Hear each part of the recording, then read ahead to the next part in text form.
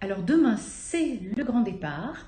C'est donc le troisième jour aujourd'hui. Exactement. Troisième jour après une liposuction, on peut dire quasi complète. Racontez-nous un petit peu. Oui, effectivement, c'est une liposuction donc au niveau des zones le ventre, le dos et les bras, et ainsi que les genoux. Donc effectivement, une liposuction complète. Alors, Demain, le grand départ, déjà, j'ai l'impression que ça s'est super bien passé, ça a été aussi très rapide. Les choses se sont bien enchaînées. Du coup là, on est sur un post-opératoire. plutôt cool, hein? Voilà, plutôt cool. J'arrive à m'habiller, me coiffer, marcher aussi.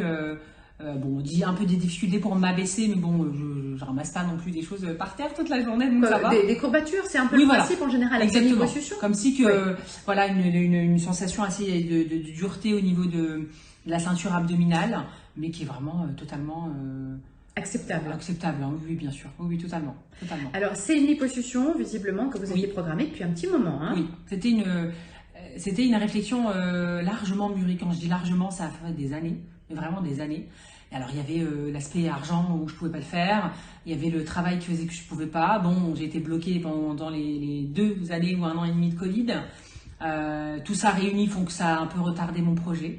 Et au moment où là, je me suis dit, bon, allez, 2022, je vais concrétiser mon projet de faire une liposuction. Et du coup, j'ai Cherché un peu sur Internet. J'ai cherché un peu sur Internet, un peu beaucoup même. J'en ai passé des nuits blanches quasiment. Ah oui. Internet, Instagram, Facebook, YouTube aussi, parce que du coup, l'algorithme fait que vous en posez un et vous avez automatiquement un autre et ainsi de suite. J'ai fait des devis, mais vraiment en toute transparence avec plusieurs organismes. J'ai mis plutôt en avant l'aspect relationnel, suivi. Et puis l'aspect conseil que j'ai eu aussi, la bienveillance que j'ai eue avec toute l'équipe de Chirurgie Directe, avec un dialogue, on a essayé déjà de me connaître moi, avant de connaître vraiment mon projet. Donc qu'est-ce que vous faites dans la vie, pourquoi vous voulez le faire. Parce que vous êtes jeune, effectivement, donc ça fait partie des réflexions qu'il est voilà, légitime de se poser. Tout à fait. Est-ce que c'est vraiment choix mûri. la bonne indication? Tout à fait. Parce que après tout, certaines personnes, il suffit qu'elles fassent parfois un tout petit effort, un petit peu de sport, voilà. et la liposuction n'est pas Par nécessaire. exemple, vous m'aviez bien demandé, Voilà. est-ce que, avant de faire ma liposuction, est-ce que mon poids est stable? C'était le cas depuis plus de 2 ans. Est-ce qu'au préalable, j'avais déjà essayé de faire un régime, donc je l'avais fait pour mes 30 ans, donc là je vais en avoir 35 dans 2 mois. Alors, 1 mois et demi déjà, ça passe vite. Et du coup, voilà, il y a eu vraiment tout un échange et une bienveillance vraiment sur mon projet. Est-ce que voilà, vous êtes sûr de vouloir le faire? Voilà les conséquences aussi du post-opératoire, donc c'est un peu douloureux. Il va falloir faire des drainages, avoir une hygiène de vie aussi correcte pour pas prendre du poids. Bien sûr, donc c'est ça, c'est voilà, important. un vrai échange avant de se dire allez, on y va, on lance le go et on entame le projet à 100%. Ça s'est fait en parce que pendant 10 mois, 10 mois au moins, hein, il faut que vous soyez vigilante sur votre poids, pas de prise de poids, pour avoir un beau résultat sans irrégularité. Oui. Et donc c'est vrai qu'il est important que les patientes soient en mesure de tenir ça.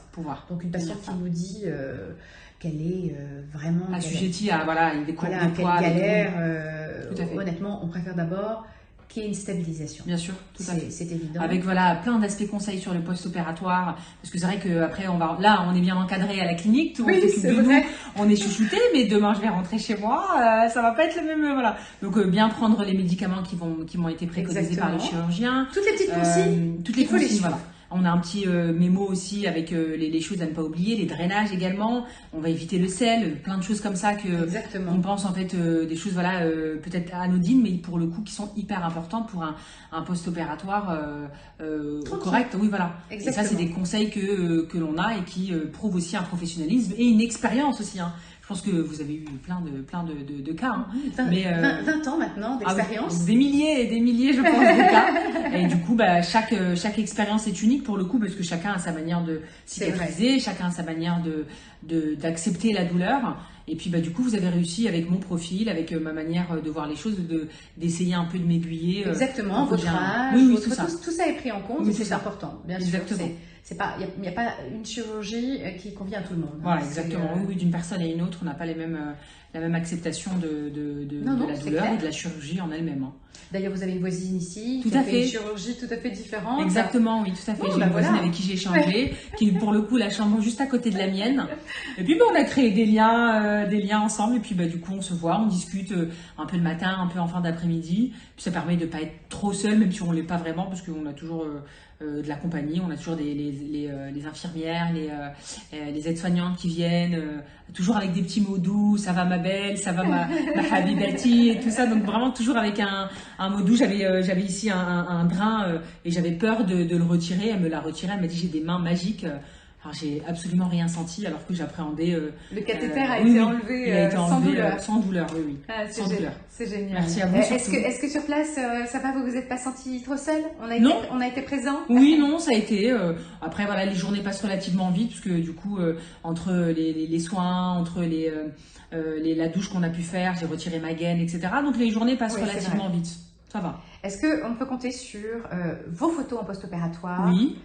1 mois, 3 mois, 6 mois, ok, vos nouvelles. Et vous savez, j'espère que maintenant vous savez que quand vous avez des questions, oui, on est là. Tout à fait. On est réactif. Exactement. Donc vous n'hésitez pas. Oui, je sais que je peux compter sur, quelle que soit la question, minime soit-elle, j'aurai toujours une réponse de la part de toute l'équipe médicale, ça c'est sûr. Exactement, on vous répondra à tout moment et avec grand plaisir. Merci encore à vous. Et merci infiniment pour ce témoignage. Merci beaucoup. À bientôt. À bientôt.